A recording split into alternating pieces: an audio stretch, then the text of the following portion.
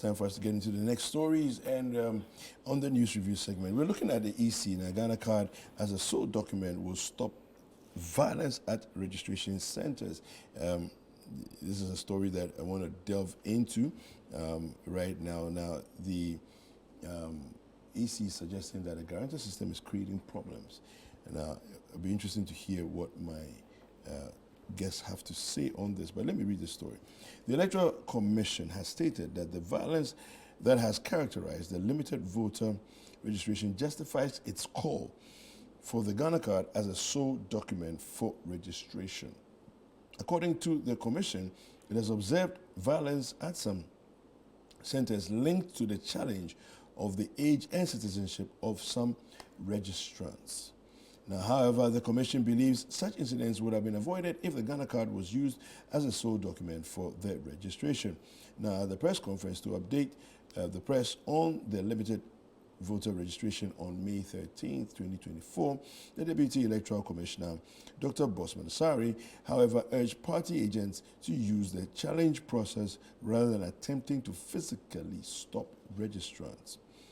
And he goes on to say, and I quote, "We have also noticed that some of the disturbances occurring at some of our registration centers are due to the fact that some people are doubting the ages of some of the applicants. This is the reason why the Commission has been advocating for the use of the Ghana card, which has the date of birth and the nationality of the bearers of the card, and the abolishment of the guarantor system. We are hopeful that in the next registration exercise, applicants will use the Ghana card as a means of identification," he stated. Now, personally, I think that the guarantor system is outdated. Now, it served a useful purpose, but for a season. In the modern era, we really should make efforts to move past that. And we can't just move past it if we haven't put, the relevant and important things in place. So, for example, Ghana card, everybody should have access to it, and so on and so forth. But let me come to Kabote Okansi and let's find out what your thoughts are. Well, I will not totally agree that the issues has to do with the guarantor system alone. It's a matter of good behavior, discipline, according to the laws, and applying punitive measures. At every point in time, even with the issuance of a Ghana card, people will try to be fast. So you see a person holding a Ghana card, but maybe Kate say you can see who is a Ghanaian. I don't know how God did that, but you're able to see a person and you can question the person and say, no, maybe the way the person is speaking, or the way but he not looks. every Ghanaian speaks with a certain so-called Ghanaian accent. Never mind. Once or twice, I've been called a Nigerian. Yeah. And yes, I have my books to prove, So all I'm saying is that will come anyway, even after you've had the Ghana card and the passport to hold. The questions, when they happen, they just prove it. The argument will come. How we go through it. Party agents accepting that, look, wait, there's a process. Go through the process. The process, you see, one thing about law, rules, and everything is that it takes care of the rough edges, the disagreements, the potential fights, and then provides healing processes that, look, because of this, when you protest, we put it down. We might want him to stay for a day or two while we go through proving that he's a qualified person or he's a Ghanaian. So the process is already there. It's about enforcing it. Because if the law offender is standing there, the policeman is there, and they say, okay, fine, because they've doubted yours, stand aside, step aside, let the process go on. Okay, let's have. You can challenge 100 people. At the end of the day, they will have a chance of coming back into the system to prove. All we are saying is that the argument should not stop the process. Okay. Those who are arguing should have a way of processing their protest without foul words. If you doubt it, it shouldn't go to any other word or political parties about who is doubted. It's about the enforcement agent who is standing there, the EC person who will prove to say whether it is enough to let the person register or you hold the person back. That refereeing role too is very important. Look, the Ghana card, I think, has delayed, and funding was the issue. So let's keep it a serious thing. It's not only this EC matter, but majority of the time, I think there are a lot of things we've said here that SNITs doing their own, you know, everybody having scattered, the data handling is a problem. Let's have one the one Ghana card system. Yeah, but at this and point, then when you get to the 18, remember when we were discussing the other time, we said automatically when you get to 18, I mean, you can walk in and get an issue. They can even send you a text. Yeah. I mean, because of the system, we should get. You see, we should make these processes very continuous. It shouldn't be periodic, you know, so that people get to 17 and a half. The information gets to them. They start the process already. Yeah. Maybe their fingerprints, their photos are taken. When it says 18 years, that's not the time the guy should move to the EC. So that by that time it is activated. So he needs that card at 18 and then he gets it. So that we can just get this whole process of, you know, guarantor, which presents a problem of our back. But I'm saying that's not the only process. If you start using the Ghana cards, people will still doubt people being Ghanaians. How do you still go through a process where you protest through a human face?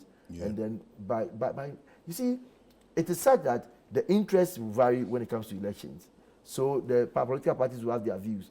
But the media is there, the police are there to just play that observance rule. And then when they come up and say, look, at this place there was peace, at this place there was a bit confusion.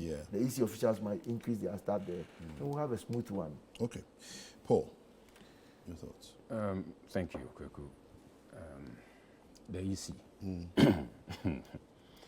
Kweku, there are three phases, you know, for every election, all right? There's the before, there's the during, and then there's the after. Now, before the election, just like we've begun this process of registering new voters, it's one thing on the calendar of the EC that must be carried out, which we all agree. Quite apart from that, the before, there's also what is called the pruning stage. That is after the registration or the limited registration exercise. They prune the register, and then they also go ahead to distribute the register to the political parties.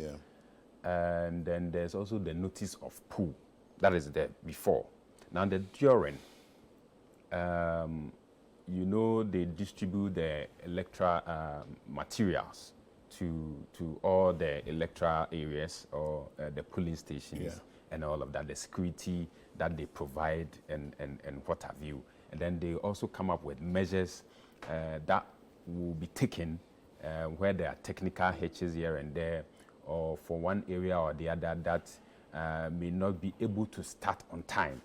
So these are all critical things it does during the elections.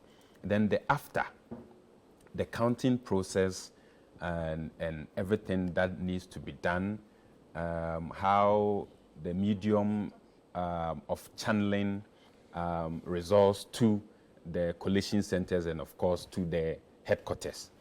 These are all things the EC does. Now, coming back to this registration exercise that was carried out last week, you recall here that we discussed this issue at length, and then we even went ahead to propose to the EC that if it is possible, it should consider the continuous registration rather than always going through this period of limited exercises here and there. To a large extent, I will agree with them on the use of the Ghana card. However, if the Ghana card was covering, say, 80 to 90% of Ghanaians, then it would have been laudable to push for the Ghana card to be the sole ID card to be used during the election. But you see, there are still people struggling to even get the Ghana card as we speak. And by virtue of that, the Ghana card cannot be the sole ID that should be used for our impending elections. And I say so on the basis that if indeed we had just about 70–80% of Ghanaians under the coverage of the Ghana card, then it would have been laudable to go ahead with that suggestion. But as of now, I don't think the way to go is with that. Now, with the issue of the guarantor system, I agree with you that it is outmoded and it is old-fashioned, all right? And politicians have found a way to, to use that leeway to their benefit. Listen, we've had guarantors even guaranteeing for both sides. Now, the maximum a guarantor can do is about 10. Anything beyond that, you fall foul of the law. And we have had situations where guarantors have gone way beyond the maximum 10, and the EC, together with the police, attempted to punish them somehow, but we didn't really see any result in there. The issue with political parties busing minors and what have you to the centers, again with the guarantors as well. You see, it's a very dicey situation, Kweku. What happens is that, most often than not, they go to the homes of these parents who are very poor, I should say, offer them some coins or tokens, and then they take the kids away, bus them to these registration centers, and then they go ahead and register. But the law is very specific, as to who can register. Yeah. You must be 18 years and again of sound mind. That means you should be able to decide for yourself that I am of age and I want to register and vote. Listen, in 2004, when I was 18, I registered. So for the first time, I voted in 2004. In 2008, one political party approached me to be an agent. And that was the very year I stopped, being active politics. What happened? I went to a voting center. Agents usually vote a day before the elections, right? Yes. So I went there, and then when I was done with the the voting, I wanted to dip my finger in the ink. Yeah. Then the EC official said, no, go to a spot at Asamankesi. He actually directed me there. When I go, I should go and vote again. Then I looked at him and I said, boss, why? So just obey simple instructions. So when I was done, I called my dad and said, Dad, this is what the EC official said. What should I do? So Kwaku, use your conscience. So the EC official was actually they connive, encouraging exactly, they criminality. connive and condone with the political parties to do some of the things they do. And this is not somebody saying, I was there. I was involved, I'm the victim. And so I've experienced it and I know what I'm talking about. Look, we are under a constitution. Any attempt to subvert the provisions in the 1992 constitution should be tested at the law.